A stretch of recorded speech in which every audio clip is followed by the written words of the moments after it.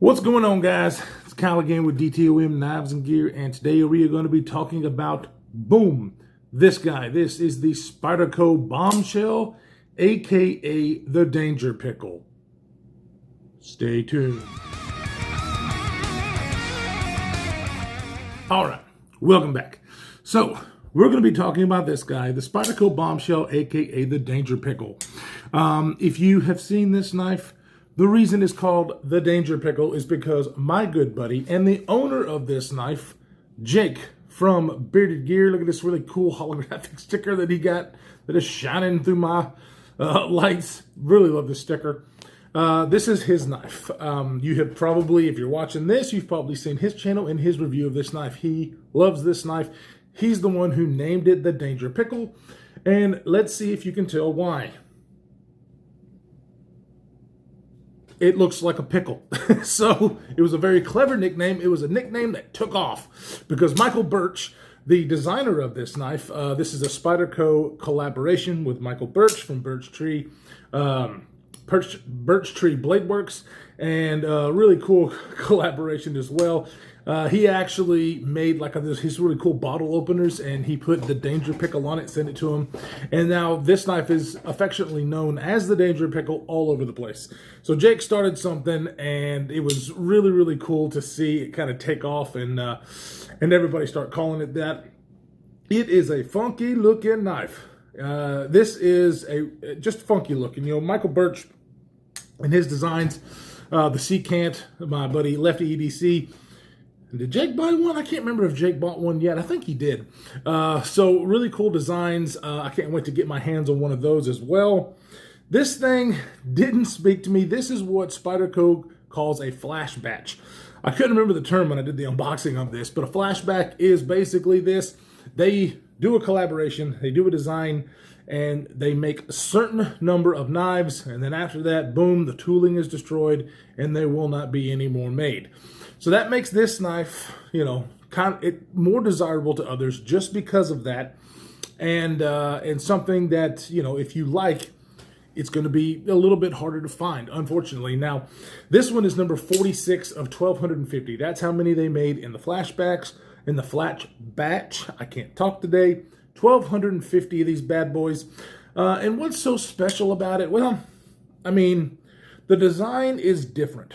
It's different than most of the Spydercos.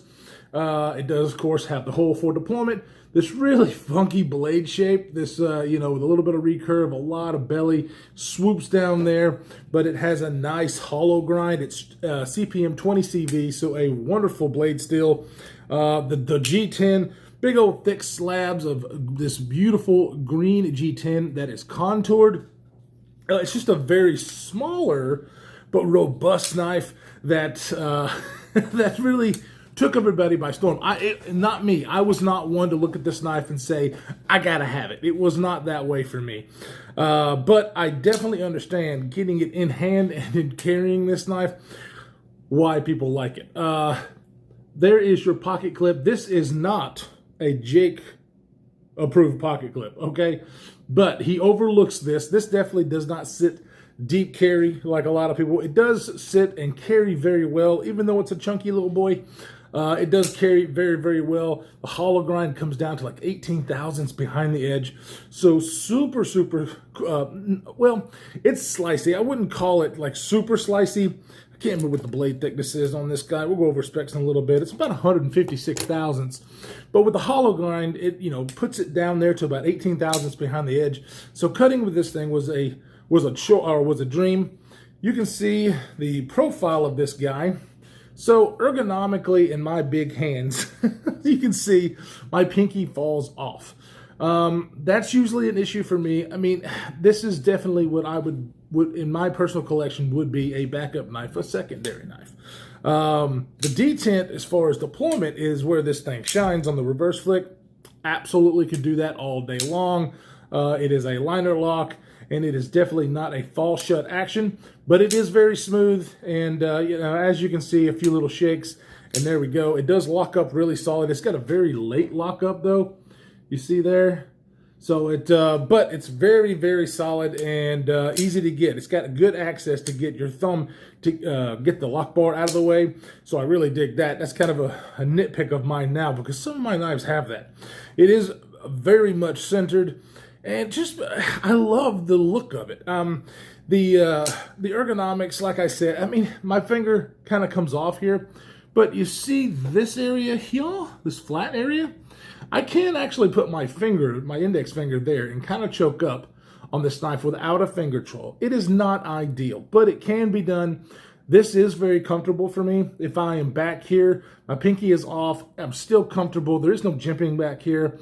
You know, I don't think really needed. But, you know, it's comfortable for a small knife. I would just rather have a finger troll versus that flat. And then, of course, you do not have a sharpening troll. I don't like that either. I really wish that they had incorporated a sharpening tool into here, but you know, it is what it is. The liners are titanium though, so you got really good premium materials all the way around. Very nicely done G10 with titanium and 20 CV. So materials wise is money. I have to give it credit for that, but the shining feature on it to me is really just that detent on the reverse flick. I can do the thumb flick. It's still not as satisfying as the reverse flick on this guy, but it can be done. It can actually be slow rolled to hear that lock up, which is also satisfying. The main thing about this knife is it's special to me because it's special to Jake. This knife is a keeper for him because he was the one who named it the Danger Pickle, and it took off, and I was just blown away by all the community calling this. I mean, I really didn't even recognize the name after that, you know, because it wasn't something on my radar. Whenever somebody said the Bombshell, I was like, Bombshell, Bombshell. And then they said the Danger Pickle. I'm like, oh yeah, the Danger Pickle. So that's why this knife is special to me.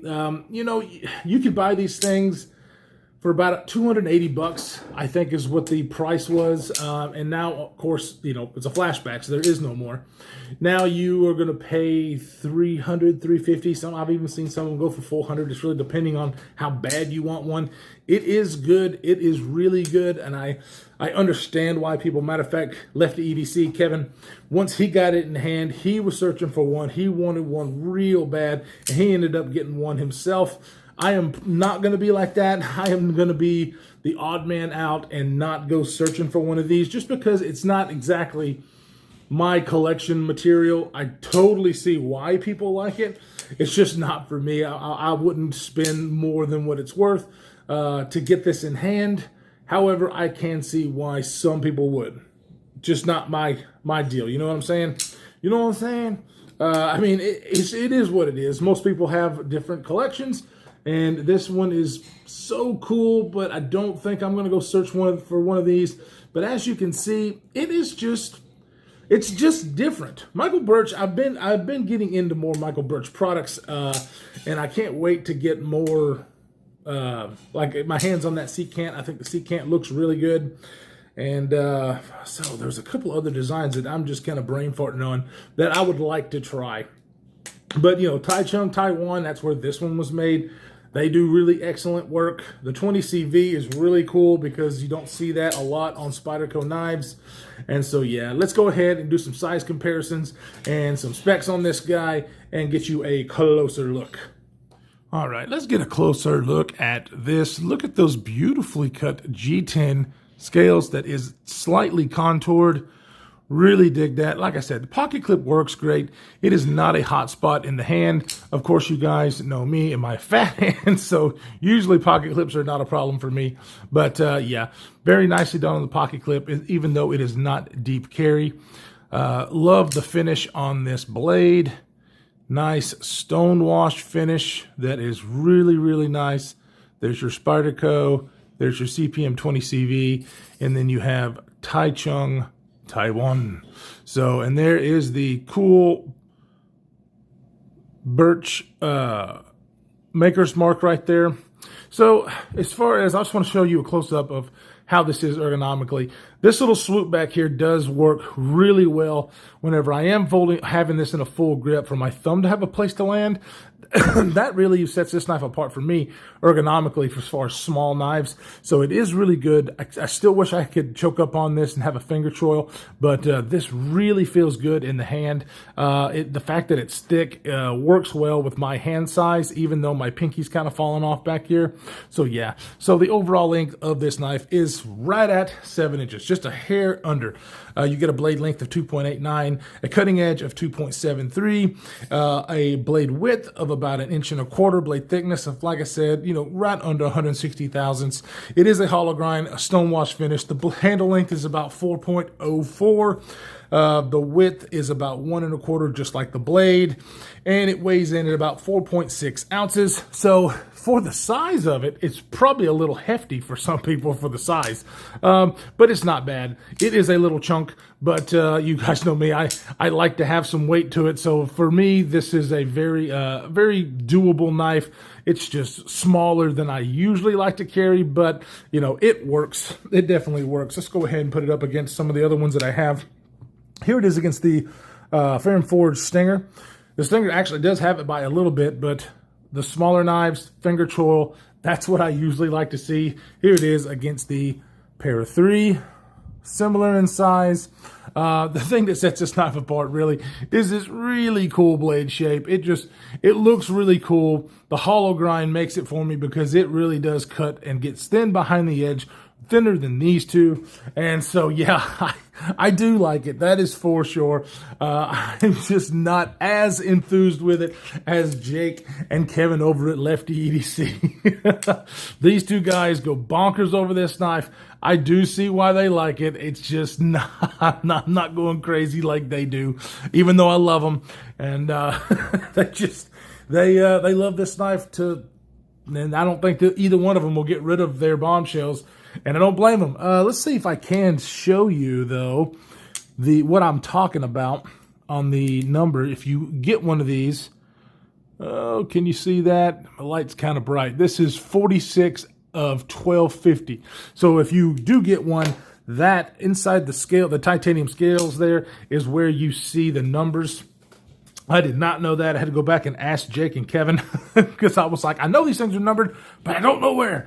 So anyways, guys, that is about it for the Spyderco Bombshell, aka the Danger Pickle. Really cool knife. If you are looking for one of these, I have seen them on some of the Facebook groups. I've seen them on Reddit a couple of times, but so they do come up available every now and again. Just keep your eyes peeled. You will be probably paying $350 or more for it. That's just the name of the game on the flash batches. But anyways, guys, I love you all. Stay safe in this crazy world that we are living in, and we will see you in the next one.